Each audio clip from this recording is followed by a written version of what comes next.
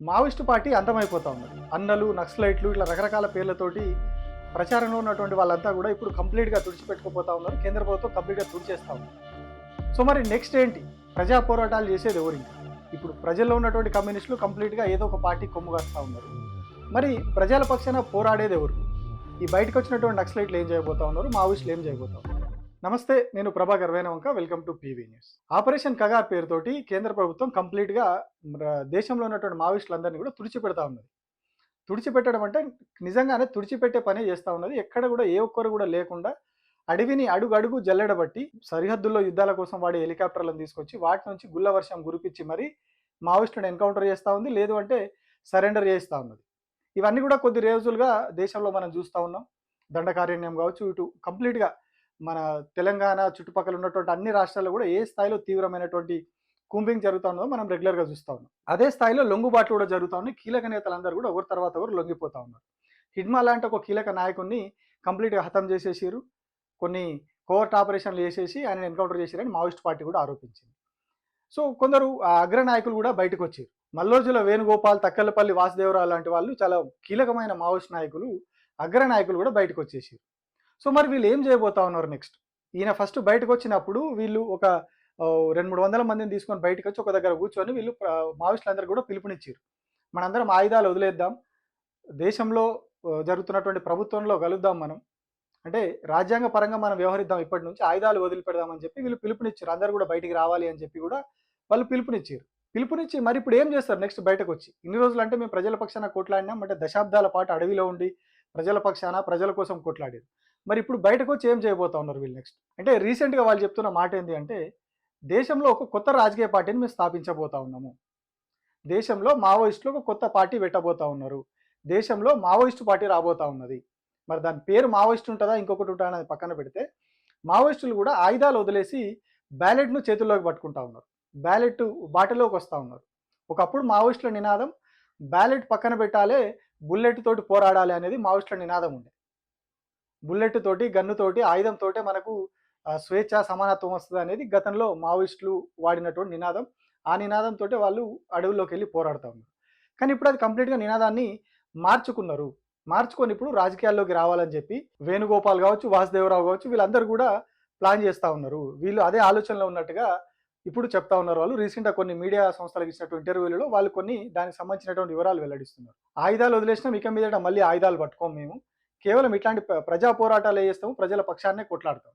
కాకపోతే రాజ్యాంగబద్ధంగా రాజ్యాంగం ఇచ్చినటువంటి ఓటు హక్కు ద్వారానే మేము కొట్లాడతామని చెప్పి వాళ్ళు చెప్తా ఉన్నారు. మరి ఎట్లా ఉండబోతుంది వీళ్ళ కార్యాచరణ? ఆల్రెడీ దేశంలో కమ్యూనిస్టు పార్టీలు ఉన్నాయి. అంటే పేదల పక్షాన ఉండే పార్టీలు, పేదల కోసం కొట్లాడే పార్టీలు అని కమ్యూనిస్టులకు పేరు. కానీ ఇప్పుడు ఎక్కడ కూడా ఆ స్థాయిలో లేదు కమ్యూనిస్టుల ప్రభావం. అంతా కూడా ఎక్కడ అధికారంలో ఏ పార్టీ ఉంటే ఆ పార్టీకి కొమ్ముగాయడం, లేదంటే అటు కాంగ్రెస్ వైపు ఉండడం, లేదంటే ఏదైనా ప్రాంతీయ పార్టీ వైపు ఉండడం, ఇదంతా కూడా వాళ్ళు చీలిపోయారు. ఫోకస్డ్‌గా ప్రజా సమస్యల మీదనే ఉండి ప్రజా సమస్యల కోసం కొట్లాడే కమ్యూనిస్టులు ఇప్పుడు లేరు దేశంలో. గతంలో ఉన్నట్టుగా కమ్యూనిస్టులు కేవలం పేదల పక్షాననే, పేదల సమస్యల మీద కొట్లాడేవాళ్ళు ఎవరు కూడా లేరు. సో మరి ఇప్పుడు వీళ్ళ ఎంట్రీ ద్వారా ఇప్పుడు కాస్తో కూస్తో మనుగడలో ఉన్నటువంటి కమ్యూనిస్టుల పరిస్థితి ఏమవుతుంది? అంతా కూడా ఎర్ర జెండా బ్యాక్‌గ్రౌండే. సో ఇప్పుడు వీళ్ళు కొత్తగా వస్తా ఉన్నారు. వచ్చి మరి వీళ్ళు ఏ ఎజెండా తోటి పోతారు ప్రజల్లోకి? వీళ్ళ పార్టీ ఎట్లా ఉండబోతుంది? ఏం జరుగుతది? ఇవన్నీ కూడా ఇప్పుడు ఆసక్తిగా మనం ఎదురు చూడాల్సిన అంశం.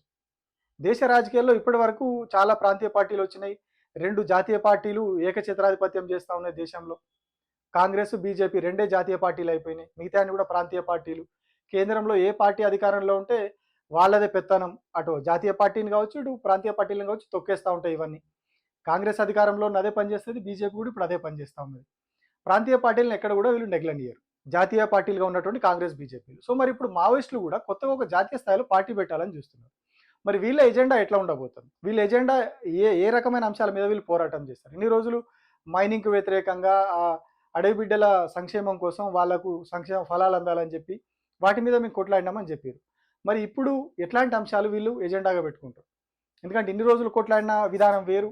అడవుల్లోకి వెళ్ళి తుపాకులు పట్టుకొని అక్కడ తిరుగుతా చేసారు. కానీ ఇప్పుడు అది కాదు.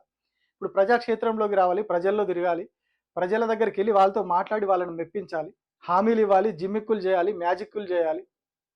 చాలా ఉంటాయి రాజకీయాలు. ప్రజల కాళ్ళు మొక్కాలి, రకరకాల వ్యవహారాలు ఉంటాయి రాజకీయాలు. ఇప్పుడున్నట్టు దేశంలో ఉన్న రాజకీయాలు. మరి ఇట్లాంటి సాంప్రదాయ రాజకీయాలు ఒక సాంప్రదాయ విరుద్ధమైనటువంటి, అంటే ఒక భిన్నమైనటువంటి ఆ బ్యాక్‌గ్రౌండ్ నుంచి వస్తున్న మావోయిస్టులు ఎట్లా ఇమడతారు? ఇది చాలా ఇంట్రెస్టింగ్‌గా మారుతా ఉన్నది ఇప్పుడు. వీళ్ళు ఏం చేయబోతా ఉన్నారు? వీళ్ళ పొలిటికల్ ఎంట్రీ ఎట్లా ఉండబోతుంది? పొలిటికల్ ఎంట్రీ తర్వాత పరిణామాలు ఎట్లా ఉండబోతా ఉన్నాయి? ఎవరి మీద కొట్లాడతారు వీళ్ళు? ఉన్న పార్టీలన్నిటి మీద కొట్లాడతారా? ప్రజల పక్షాన వన్ సైడ్ స్టాండ్ తీసుకొని కొట్లాడతారా? కేవలం ప్రజా సమస్యల ఎజెండాగానే పోతారా? లేదు అంటే వస్తూనే ఎన్నికల్లో పోటీ చేయడం. దేశవ్యాప్తంగా కొన్ని వందల మంది మావోయిస్టులు లొంగిపోయారు. వాళ్ళందరూ కూడా ఇంకా జనజీవనంలోకి రాలేదు. చాలామంది పోలీస్ హెడ్ క్వార్టర్స్‌లోనే ఉన్నారు. ఎప్పుడైతే కేంద్ర ప్రభుత్వం 2026లో ఒక డెడ్‌లైన్ పెట్టిందో, ఆ డెడ్‌లైన్ ముగిసిన తర్వాత వీళ్ళందరూ కూడా జనజీవనంలోకొస్తారు. ప్రజల్లోకెళ్తారు. వాళ్ళ సొంత ఊర్లకెళ్ళిపోవడం, ఇంకో దగ్గరికెళ్ళిపోవడమో జరుగుతది. జరిగినప్పుడు మరి కార్యాచరణ ఎప్పటి నుంచి మొదలైతది? వీళ్ళ పార్టీ ఎట్లా ఉండబోతోంది? పార్టీకి ఏం పేరు పెట్టబోతా ఉన్నారు? మావోయిస్టు పార్టీ అనే ఉంటదా? లేకపోతే కమ్యూనిస్టు పార్టీ అనే పేరు వచ్చేలాగా ఇంకేదైనా కొత్తగా పార్టీ పెడతారా? ఏం చేయబోతా ఉన్నారనేది ఇప్పుడు అంటే దేశ రాజకీయాల్లో ఒక కొత్త ఒరవడి ఏమన్నా వస్తదా రాజకీయాల్లో? ఇప్పుడు అన్ని ట్రెడిషనల్ పాలిటిక్స్ చూస్తా ఉన్నాం మనం. నోట్లు, ఓట్లు, మందు ఇవన్నీ గూడా రెగ్యులర్‌గా జరిగే ఫార్మాట్ ఇదంతా గూడా. గతంలో గూడా ఈ ఫార్మాట్‌ను మావోయిస్టులు వ్యతిరేకించిర్రు. ఓటుకు మందుకు ఓటు నమ్ముకోవడం, డబ్బులకు ఓటు నమ్ముకోవడం, అసలు ఓటే పెద్ద వరస్ట్ వ్యవస్థ అని చెప్పి వాళ్ళు ప్రచారం చేసిన పరిస్థితి. ఎలక్షన్ జరిగితే బ్యాలెట్ బాక్సులు కాలబెట్టడం, పోలింగ్ జరగకుండా అడ్డుకోవడం ఇట్లాంటివి చాలా చేసిర్రు గతంలో. ప్రాబల్యం ఎక్కువగా ఉన్న సమయంలో. సో, మావోయిస్టుల ప్రాబల్యం తగ్గుతున్న కొద్దీ ఈ అర్బనైజేషన్ పెరుగుతూ పోయి గ్రామీణ ప్రాంతాలకు కూడా అన్ని రకాల సౌకర్యాలు, రోడ్డు వ్యవస్థ రావడం, పోలీసులు ఇంకా బలగాలు లోపలికెళ్ళిపోవడం అడవుల్లోకి ఇవన్నీ జరిగిన తర్వాత కొంత తగ్గినాయి ఇవన్నీ. సో, మరిప్పుడు వాళ్ళు అప్పుడు ఆ వ్యవస్థను వ్యతిరేకించిన వాళ్ళు ఇప్పుడు అదే వ్యవస్థలోకి రావాలని చూస్తున్నారు. సో, వచ్చినప్పుడు వీళ్ళు ఎట్లాంటి విధానాలు అవలంబించబోతా ఉన్నారు? అంటే మనం ఒక కొత్త రాజకీయాలను ఏమైనా చూడబోతా ఉన్నామా త్వరలో? ఈ ఓట్లు, నోట్లు, అమ్ముకోవడాలు, ఈ పార్టీలు దుంకడాలు ఇట్లాంటి అంతా ఒక చెత్త రాజకీయ వ్యవస్థ నుంచి మావోయిస్టులు ఏమన్నా కొత్త రాజకీయ వ్యవస్థను చూయించబోతా ఉన్నారా? మేము ప్రజల పక్షాన, పేదల పక్షాన్నే సర్వం త్యాగం చేసి అడవిలో ఉండి ఇన్నోళ్ళు కొట్టాడినామని చెప్తా ఉన్నారు వాళ్ళు. అడవిలో ఎండకు, నీడకు చాలా తిప్పలు పడి మేము ఇన్ని రోజులు ఉన్నాం అడవిలో ప్రజల కోసమే.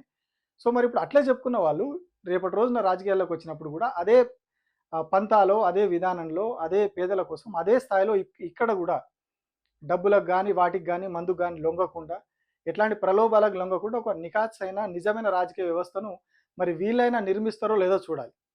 ఎందుకంటే వాళ్ళన్నీ ఏదైతే ఇన్ని రోజులు ఈ చెత్త వ్యవస్థను వ్యతిరేకించిన వాళ్ళు కాబట్టి, కొత్త వ్యవస్థను అయినా ఏమన్నా మార్పులు తీసుకొచ్చి ఒక అద్భుతమైన వ్యవస్థను వీళ్ళు రూపొందిస్తారా? లేకపోతే అదే ప్రవాహంలో పడి వీళ్ళు కూడా కొట్టుకపోతారా?